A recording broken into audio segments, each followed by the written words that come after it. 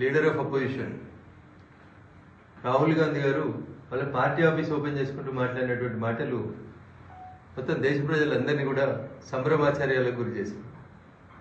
ఈ దేశంలో ఉండి ఈ దేశం మీద పోరాడాల్సినటువంటి పరిస్థితి వచ్చిందని మాట్లాడుతూ ఉన్నారు రాహుల్ గాంధీ. ఎవరితో పోరాడతారు? ఈ దేశంలో ప్రజల చేత ఎన్నుకోబడినటువంటి ప్రభుత్వంతో పోరాడతారా? ప్రజలు మద్దతు ఇచ్చి మూడోసారి అధికారంలోకి తీసుకొని వచ్చినటువంటి భారతీయ జనతా పార్టీతో కొట్లాడతారా? అసలు మీకు ప్రజాస్వామ్యం మీద విశ్వాసం ఉంటే రాహుల్ గాంధీ గారు, మీరు ఇప్పటికే చేస్తున్నటువంటి తప్పు పనులు చాలా ఉన్నాయి.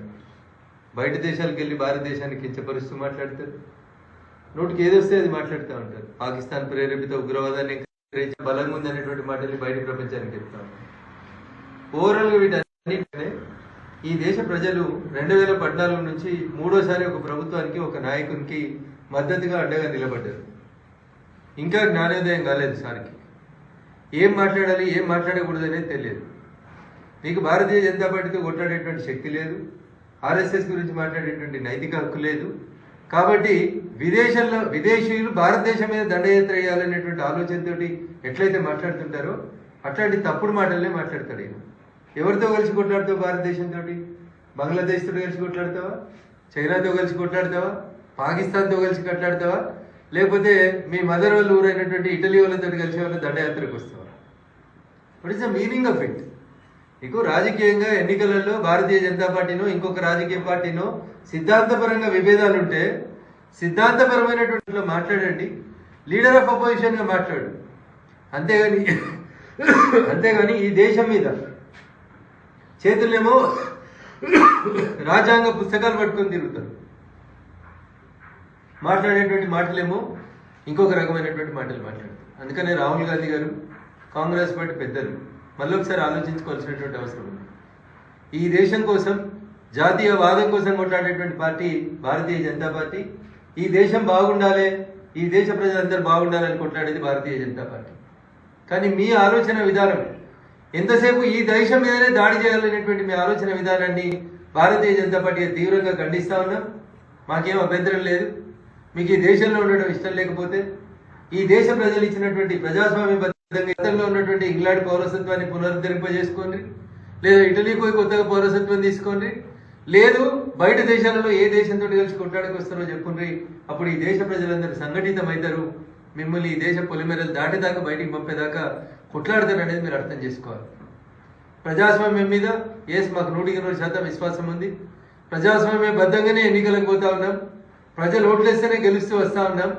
ప్రజలు ఓట్లు వేసినటువంటి 140 కోట్ల మంది ప్రజలు ఆ సేతు హిమాచలం కష్టపడి ఓట్లేసి గెలిపించినటువంటి పార్టీని, గెలిచిన పార్టీ ప్రజాస్వామ్య పద్ధతిలో పాలిస్తున్నటువంటి పార్టీని ఇంత అన్డెమోక్రటిక్ గా విమర్శించడం అనేది రాహుల్ గాంధీ గారికి తగదు. మీకు ప్రజాస్వామ్యం మీద విశ్వాసం లేదని ఈ దేశ ప్రజలు భావించాల్సి వస్తుంది. కాబట్టి రాహుల్ గాంధీ గారు ఇప్పటికైనా మీ పద్ధతి మార్చుకోండి. ఈ దేశం గురించి, ఈ దేశ సమగ్రత గురించి ఇంతకాలం బయట మాట్లాడారు, ఇప్పుడు దేశంలో కూడా మాట్లాడేటువంటి పరిస్థితి తీసుకొస్తున్నారు. దీన్ని పూర్తిగా ఖండిస్తా ఉన్నాం. రాహుల్ గాంధీ గారు వెంటనే ఈ వ్యాఖ్యను ఉపసంహరించుకోవాలి, ఈ దేశం కోసం మాట్లాడడం నేర్చుకోవాలనేది ఈ సందర్భంగా నేను మీకు తెలియజేయాల్సి వచ్చినటువంటి అంశం. Thank you. అంటే అవగాహన ఉండి మాట్లాడుతున్నారా, లేకపోతే అవగాహన లేక ఈ విధంగా విమర్శలు చేస్తున్నారని అంటే ఉద్దేశపూర్వకంగానే ఈ దేశాన్ని చేస్తున్నట్టు కనబడుతుంది. దేశం సంఘటితమవుతుంది. ఈ దేశ ప్రజలందరూ ఒకతాటి మీదకి వస్తుండ్రు. ప్రజలందరూ నరేంద్ర మోడీ గారి నాయకత్వాన్ని బలపరుస్తూ ఉన్నారు. ప్రజాస్వామ్యబద్ధంగా ఎన్నికలు జరుగుతున్నటువంటి సందర్భంలో రాహుల్ గాంధీ గారికి ఉన్నటువంటి ఇబ్బంది ఏంటంటే, మా పార్టీ అధికారంలోకి రాలేకపోతుంది, పార్టీని రక్షించుకోలేక, పార్టీని నడపలేక. మరి భారత్ జోడో యాత్ర ఎందుకు చేసి? భారతదేశం మీద దండయాత్ర చేయాలనే ఆలోచన ఉంటే, ఈ దేశంతో కొట్లాడాలనే ఆలోచన ఉంటే జోడో యాత్ర ఎందుకు? ఈ దేశం మీద దండయాత్రని ప్రకటించి పాదయాత్ర చేయండి, కాశ్మీర్ నుంచి కన్యాకుమారి దాకా. అప్పుడు ప్రజలు చెప్తారు. అందుకని రాహుల్ గాంధీ గారు ఇప్పటికైనా పొలిటికల్గా మీరు కొంచెం పరిపక్వత చెందిందని కోరుకున్నాం, మేము చెందాలని ఆశించినాం. కానీ 5 సార్లు ఎంపీ అయిన తర్వాత కూడా మీరు గవే మాటలు మాట్లాడుతూ ఉంటే ఈ దేశ ప్రజలు తీవ్రవాదులు వాళ్ళతోనే కూడా చేస్తున్నా అని చెప్పేసి పోరాటం చేస్తున్నా అని చెప్పేసి అని అంటాడు. ఈ దేశంలో నేను అదే చెప్తాను, చేతిలోనేమో కుడి చేతిలోనేమో రాజ్యాంగ పుస్తకం ఉంటుంది. అదే రాజ్యాంగం డాక్టర్ బిఆర్ అంబేద్కర్ గారు చెప్పినట్టు 5 ఏళ్లకు ఒకసారి ఈ దేశ పార్లమెంట్కి ఎన్నికలు జరుగుతాయి. ప్రజలు ఓట్లు వేసిండ్రు. ప్రజలు ఓట్లు వేస్తే ఒక ప్రభుత్వం మూడోసారి అధికారంలోకి వచ్చింది. సో మనకు నచ్చిన ప్రభుత్వం అధికారంలోకి రాలేదని, ఆ పార్టీతో కొట్లాడడానికి చేతనైతే లేదని ఆయన ఒప్పుకున్నట్టే కదండి.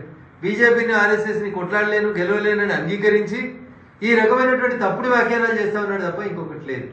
అందుకని రాహుల్ గాంధీ గారు మీరు 5 సార్లు ఎంపీ అయినరు, ఈ దేశం కోసం మాట్లాడాల్సిన బాధ్యతను ప్రజలు మీ మీద పెట్టిండ్రు, లీడర్ ఆఫ్ అపోజిషన్ గా బాధ్యత తీసుకున్నారని మీరంతలో మీరే చెప్పిండ్రు. మరి అట్లాంటప్పుడు ఈ మాటలు ఈ పద్ధతి అనేది మార్చుకోకపోతే భారత ప్రజాస్వామ్యానికి విఘాతం కలిగిస్తుందని చెప్పి